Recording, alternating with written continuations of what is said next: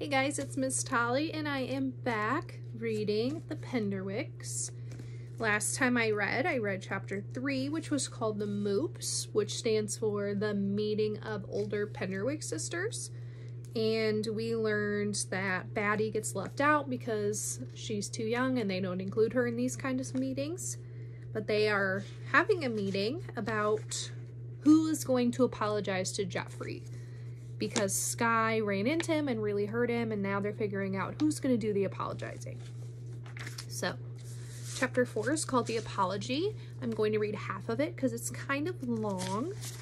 So let me find a good stopping place. Okay. All right, let's get started. So, chapter 4, The Apology. "Why can't we give that boy regular old cookies from the supermarket?" said Skye, poking at a bowl of batter with a wooden spoon. She and Rosalind were in the kitchen making cookies for Jeffrey. Jane had left a few minutes early for Arundel Hall to deliver the apology, soothe Jeffrey's wounded feelings, and try to bring him back to the cottage for an apology party. "Don't attack the batter. Stir the way Mommy taught us," said Rosalind. "I don't remember anything about stirring. I remember Mommy singing that song about all the little chocolate chips going to cookie heaven, and I remember putting batter in Jane's hair." Rosalind took the bowl and spoon, demonstrated how to stir, and handed them back. "You know, Jane's gonna mess it all up. Jeffrey will get more upset and hate all of us instead of just me. This cookie thing is a waste of time," said Skye with an only slightly improved stirring method. "Jane will do fine." "Even if she does, he won't accept the apology. Why should he? I wouldn't if someone said that kind of stuff about Daddy." "Nobody would say anything bad about Daddy," said Rosalind, then looked out the window to see why Hound was barking. It was Cagney pulling up in a pickup truck. "What do you think Cagney's doing here? He's got a big bush in a truck." "It must be the rescued bush." Cagney scores 1, Mrs. Tipton 0. "I'll see if he needs any help with it." Rosalind took off her apron and smoothed back her hair. "Rosalind, wait! Don't leave me here alone. I don't know what to do next." "Use a teaspoon to drop the batter onto a cookie sheet, then put them in the oven.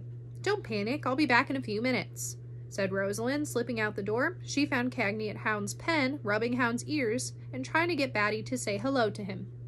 A minute before, Batty had been playing ballerinas with Hound, but now she was standing very still, being invisible.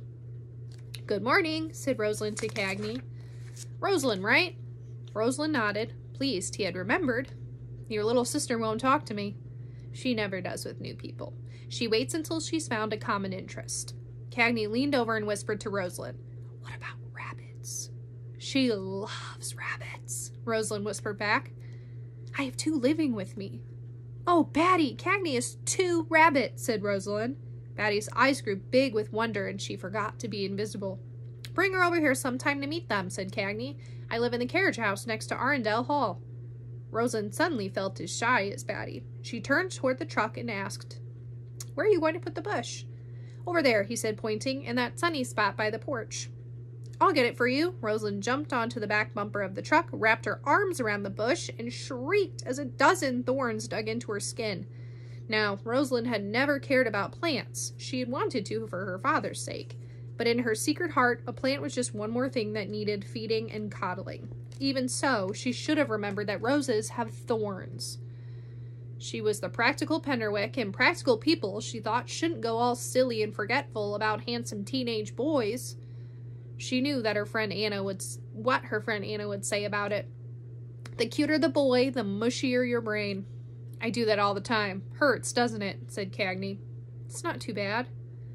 Cagney helped her off the back of the truck, then lifted the rosebush down himself. "You grab the shovel," he said. "We'll plant it together." While Rosalind tussled with the rosebush, Jane marched steadily along the driveway towards Arundel Hall. No sneaking through the hedge tunnel, Rosalind had said. Jane must go the long way around and show herself honestly. "Good morning, Mrs. Tipton," she recited as she went. She was practicing one of the 2 speeches prepared at last night's moops. "I'm Jane Penderwick, daughter of Martin Penderwick, who is renting Arundel Cottage. Please, may I speak with Jeffrey?" Jane hoped that she wouldn't meet Mrs. Tipton, and then she wouldn't have to use this speech. Who knew what the boy Jeffrey had told his mother? She might already be disgusted with the Penderwicks. Jane began her other speech. Good morning, Jeffrey. I'm Jane Penderwick, officially elected spokesperson for Skye Penderwick, whom you met yesterday to your own sorrow. Whoops. Skye had sworn she'd kill Jane if she kept to that part about sorrow, but it sounded so romantic that Jane kept wanting to say it anyway. Jane followed the driveway as it cut through the big hedge and curved through the formal gardens. There it was, Arundel Hall. She slowed her steps, nervously beginning the Jeffrey speech again. Good morning, Jeffrey. I'm Jane Penderwick, elected spokesperson for Skye Penderwick, whom you met yesterday to your not anything, Skye asked me to express her regret at. Oh, nuts. What was the rest? Jane was now close enough to the mansion to look up at the window where she had seen Jeffrey the day before. She'd been hoping he would be there again, and she could wave to him and maybe he would come down for her speech. But today the window was empty. She was going to have to knock on one of the mansion's doors. There had been much discussion at the Moops about which door to choose. The fancy carved oak door at the front had been rejected as the most likely to have Mrs. Tifton behind it, but that still left a lot of doors.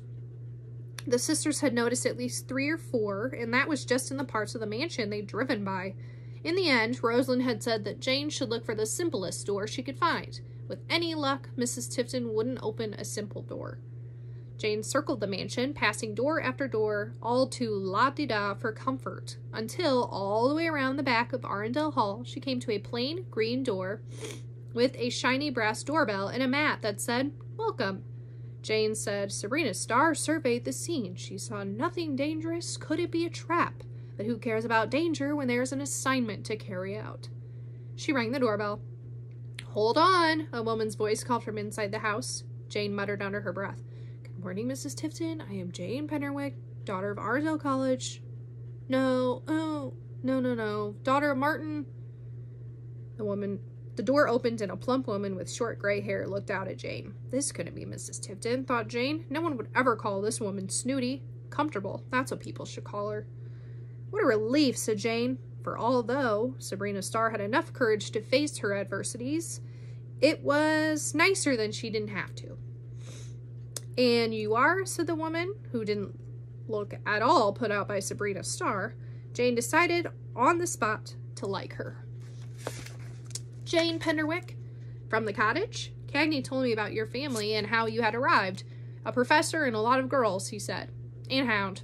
"Oh yes, the dog we're keeping secret from Mrs. Tifton." "She doesn't like dogs?" "Let's just say your Hound doesn't sound like her type. By the way, I'm Mrs. Churchill, the housekeeper here, but everyone calls me Churchy. Would you like to come in?"